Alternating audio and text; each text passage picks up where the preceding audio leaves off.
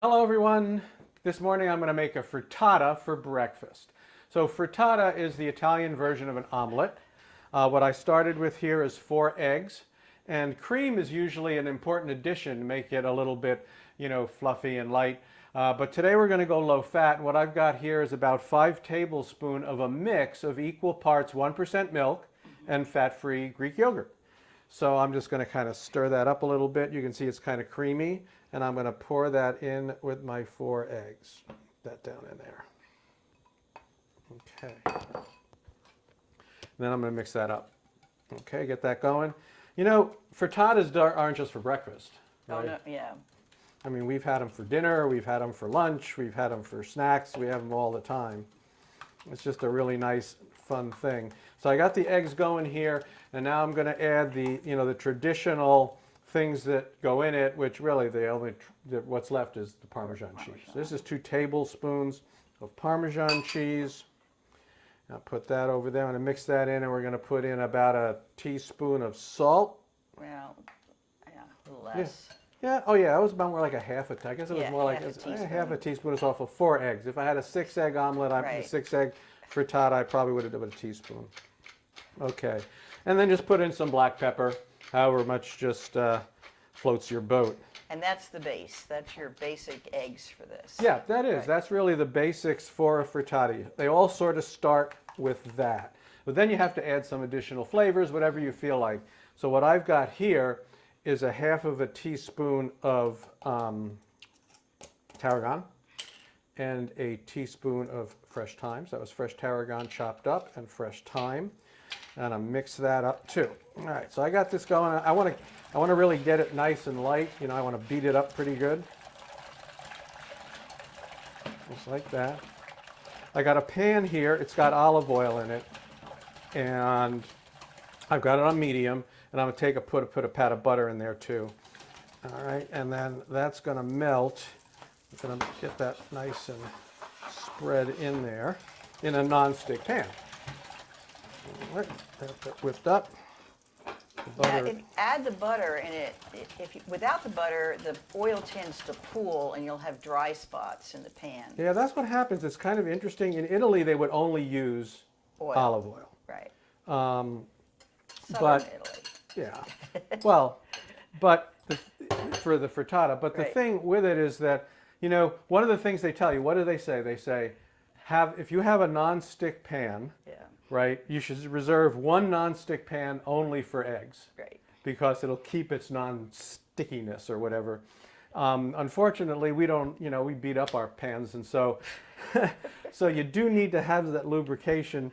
The egg, if it's got no butter in it, the egg tends to push the oil away and leave right in the center a spot that sticks pretty badly. All right, so now what I'm going to add to this now is it's starting to set up. I'm going to let it go and start to set up a little bit. I'm going to put in a couple of tablespoons of blue cheese that has decided to clump up after I chopped it up into nice little things. That's why you have nice, creamy blue cheese. Yes, nice creamy blue cheese. All right, so we'll put that in there. I'm letting it set up a little bit now. Right. Okay, because I'm going to start to help it to cook a little bit, but I want to start it out there just setting up just a little bit so I get something on the bottom. So let's see if I've got that yet. Not really. So I'm going to let this go a little bit longer, and then I'll come back and show you how we finish it, but I'm going to let it set up a little bit. Okay, so it's only been about a couple more minutes, but it would have been a really boring couple of minutes for them to just sit here and watch this. But it started to set up, but I can't finish cooking it like this. So what I'm going to do is I'm going to start lifting the edges up like that. Lift the edges up, and I want to get the raw egg to flow underneath to the hot pan. So I'll just keep working it and working it. I'm trying, I want to get that egg down in there to cook, but I don't want to turn this into scrambled eggs. Yeah. All right, so we're going to get that down under there. And yep, you can see it's actually starting to fluff up quite a bit. All right, so I'm going to keep working that, and that's going to take another couple of minutes. And part of the reason is really, see, you don't want this to be hot. Right. You don't want the pan to be incredibly hot and then get that, overcooked egg on the bottom. Mm-hmm. So this is going to take another couple of minutes, and I'll keep doing this until basically nothing else wants to flow underneath. So we'll be back. Okay, so now I've got it. It's pretty much done. You can see I've got a lot of the liquid done. The frittata is cooking nicely. So I want to have a nice topping on it. And what I have here is some beautiful radicchio that we're going to spread on top. And then I want to add some fennel. So I'm going to put on my safety glove here for the little mandolin that I have. And I'm just going to go ahead and shave some fennel. That about right? Yeah, that is about right. We're going to put that on here. Isn't that pretty? It's already looking pretty. Yeah, both of us have learned the virtues of that glove the hard way. Yes, the not cut proof, but sufficiently cut resistant. Hell yeah. Yeah. Okay, so now the next thing I'm going to do is I'm going to turn this out into a small plate so that I can flip it over. All right, so I'm going to turn this out here, get it on the plate like this, because I want to finish cooking the top. Oh yeah. Right? That's Flip it like, but I didn't have to do it this way. yeah. So no, that's true. In fact, I am not really talented at flipping. So when I make a frittata, I finish it in the oven. I cook the top. Either I just cook it in the oven, or you can put it under the broiler.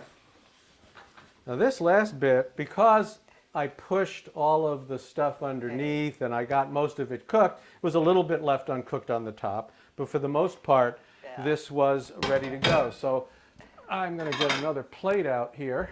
Ah, it's beautiful. You see, it's just a light brown. Yep, that's all you want, Top. just that very light brown. And now I do the exact opposite, because I want to have that beautiful vegetable on the top being part of the display. So I just put the plate over like this, and I do the same thing again. And I lift this up, and there you have it. With the fennel is now Perfect. wilted, the radicchio's wilted, and we're going to let Donna give that a Yes. taste.